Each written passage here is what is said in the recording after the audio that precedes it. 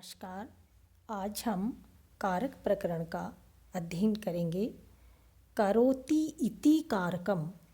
इसके अनुसार क्रिया को करने वाला अर्थात जिसका क्रिया के साथ संबंध हो वह कारक कहलाता है।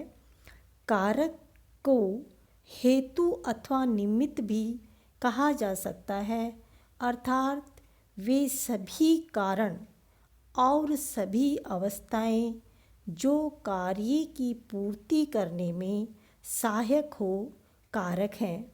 संस्कृत वाग्मय में कारकों की संख्या 6 मानी गई है। कर्ता कर्म च करणम संप्रदानम तथैव च अपादानम अधिकरणम इत्येवं कारकानि षट्। अर्थात कर्ता कारक, कर्म कारक, करण कारक, संप्रदान, अपादान तथा अधिकरण के नाम से ये 6 कारक जाने जाते हैं। इसमें पहला जो कर्ता कारक है, स्वतंत्र कर्ता।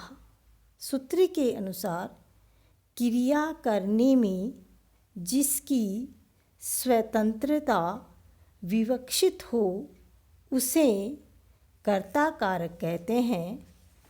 और दूसरा जो कर्म कारक है, कर्मणि द्वितीया, अर्थात कर्म में द्वितीया विभक्ति का प्रयोग होता है। जैसे रामः विद्यालयं गच्छति, सः पुस्तकं पठति। इसमें द्वितीया विभक्ति का प्रयोग होता है। अभितय, परितय, सर्वतय, उभयतय के साथ भी द्वितीया विभक्ति का प्रयोग किया जाता है। जैसे ग्रामम अभितय पर्वतो अस्ति, सरोवरम परितय भवनानि सन्ति, ग्रामम समया नदी वहति। इस प्रकार इन उदाहरणों में हम द्वितीया विभक्ति का प्रयोग किया है। इसी प्रकार से समया, निक्षा, हा, प्रति, धिक, उपर्युपरि, अधो अधः के साथ भी द्वितीया विभक्ति का प्रयोग किया जाता है। जैसे नगरम निक्षा सागर अस्ति, हा दुःखम, स ग्रामं प्रति गच्छति। इनमें द्वितीया विभक्ति का प्रयोग हुआ है। गत्यर्थक धातुओं जैसे चलना, हिलना, जाना, इनमें भी द्वितीया विभक्ति का प्रयोग किया जाता है।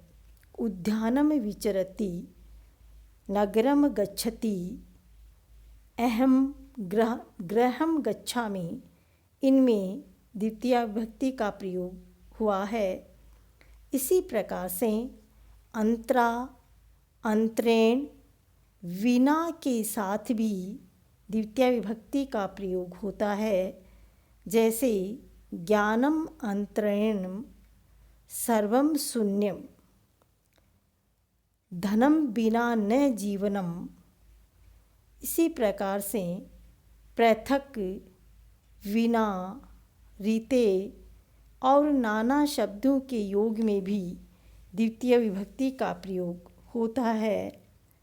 समय वाचक, मार्ग के दूरी वाचक शब्दों के साथ भी द्वितीय विभक्ति का प्रयोग होता है। जैसे हिमालय क्रोश सहस्त्रम विस्तृत, हिमालय 1000 कोस तक फैला हुआ है। क्रोशम कुटला नदी, मासम पठति। इस प्रकार इनमें द्वितीय विभक्ति का प्रयोग हुआ है। इसी प्रकार से जो द्विकर्मक धातुएं होती हैं उनमें भी द्वितीय विभक्ति का प्रयोग होता है। जैसे दुह, याच, पच, दंड, रुद्ध, पुछ, ची, जी, मथ, इत्यादि धातु में भी द्वितीय विभक्ति का प्रयोग किया जाता है। तीसरा जो कारक है करण कारक, कर्तृकरणयोस् तृतीया। इसमें करण कारक में तृतीया विभक्ति का प्रयोग होता है साधकतमम करणम। इस सूत्र के अनुसार क्रिया की सिद्धि में जो कर्ता को अत्यधिक सहायता पहुंचाता है उसकी कर्ण संज्ञा होती है। साधकतमम करणम सूत्र से हम उसकी कर्ण संज्ञा करते हैं और कर्तृकरणयोस् तृतीया सूत्र के द्वारा उसमें तृतीया विभक्ति का प्रयोग किया जाता है। जैसे रामेण बाणेन हतो बाली। इस वाक्य में बाण हनन क्रिया में कर्ता का सर्वाधिक उपकारक है, अतः बाण कर्ण संज्ञक है और इसमें तृतीया विभक्ति का प्रयोग किया गया है। इसी प्रकार से दंडेन गच्छति, रामेण भोजनम खादितम। इन वाक्यों में तृतीया विभक्ति का प्रयोग किया गया है।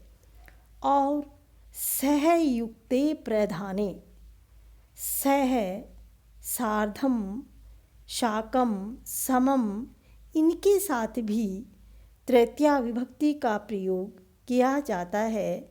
जैसे रामेण स लक्ष्मणम गोविंदेन सार्धम मोहन। इस प्रकार इसमें तृतीया विभक्ति का प्रयोग हुआ है।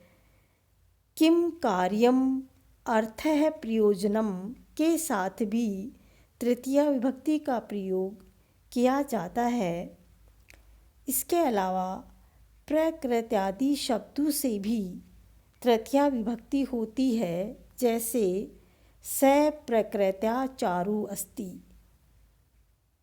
प्रकृत्या साधु। इस प्रकार से इन शब्दों में तृतीया विभक्ति का प्रयोग हुआ है।